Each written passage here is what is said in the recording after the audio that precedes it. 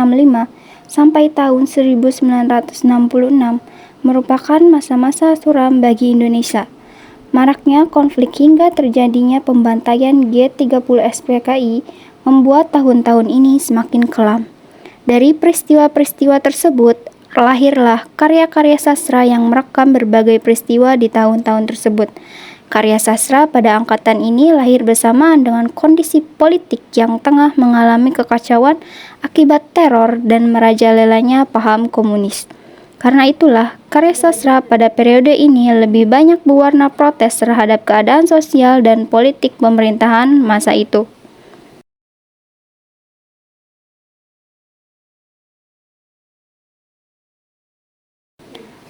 Pagar Kawat Berduri karya Toha Mochtar.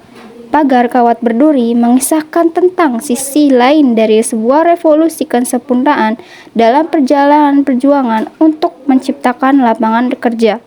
Bagaimana para pejuang berusaha meloloskan diri dari kamp tawanan dan bagaimana nilai-nilai dipertentangkan melalui perbedaan etis.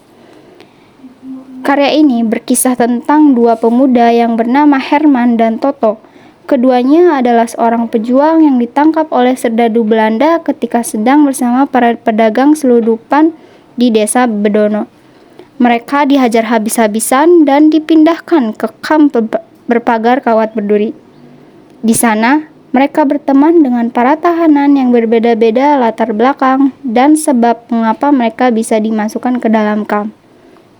Novel ini ditulis oleh Toha Mochtar yang lahir pada tanggal 17 September 1926 di Ngadiluih, Kediri, Jawa Timur. Toha Mochtar adalah anak kedua dari seorang ayah yang berprofesi sebagai penghulu.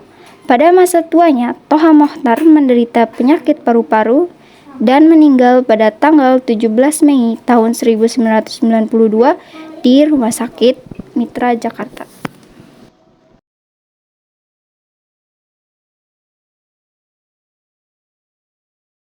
Puisi Benteng, puisi yang menggambarkan semangat juang dan ketahanan di tengah situasi yang penuh tekanan dan ketidakpastian.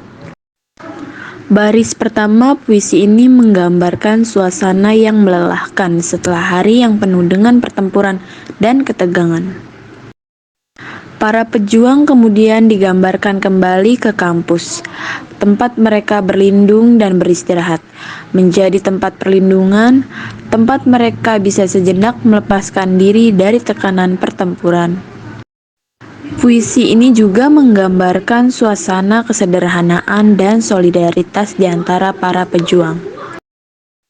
Meskipun para pejuang dihadapkan pada berbagai kesulitan dan ancaman, mereka tetap teguh dan siap untuk menghadapi apapun yang akan terjadi. Puisi ini menunjukkan bahwa dalam situasi yang penuh dengan ketidakpastian, para pejuang harus selalu waspada dan siap menghadapi segala kemungkinan. Tidak ada waktu untuk memikirkan hal-hal kecil.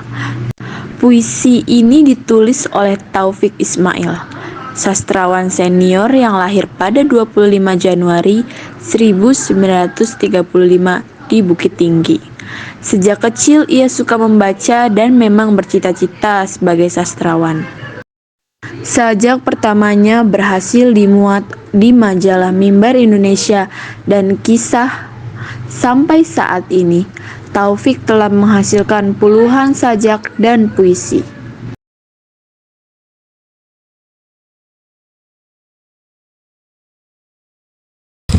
Puisi Salam pada Penguburan adalah sebuah karya yang menggambarkan perpisahan dan penghormatan terhadap seorang sahabat yang telah meninggal. Penyair mengucapkan selamat jalan dan memberikan penghormatan dengan taburan bunga dan senyuman. Meskipun berkisar pada kematian, puisi ini juga menyiratkan keyakinan akan kehidupan baru setelah kematian. Puisi ini menciptakan suasana sedih dan haru dengan menggambarkan perpisahan yang penuh dengan emosi.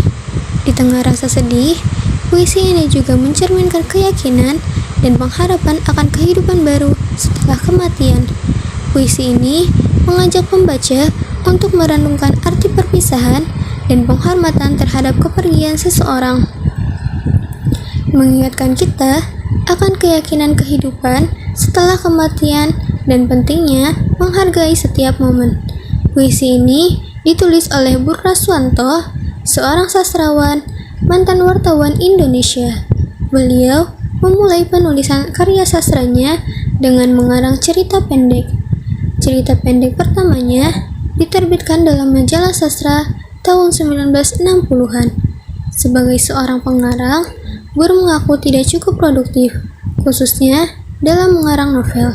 Walaupun demikian, ada 4 novel yang telah ditulisnya, yaitu Manusia Tanah Air, Sang Ayah, Tambang Emas, dan Tuyet.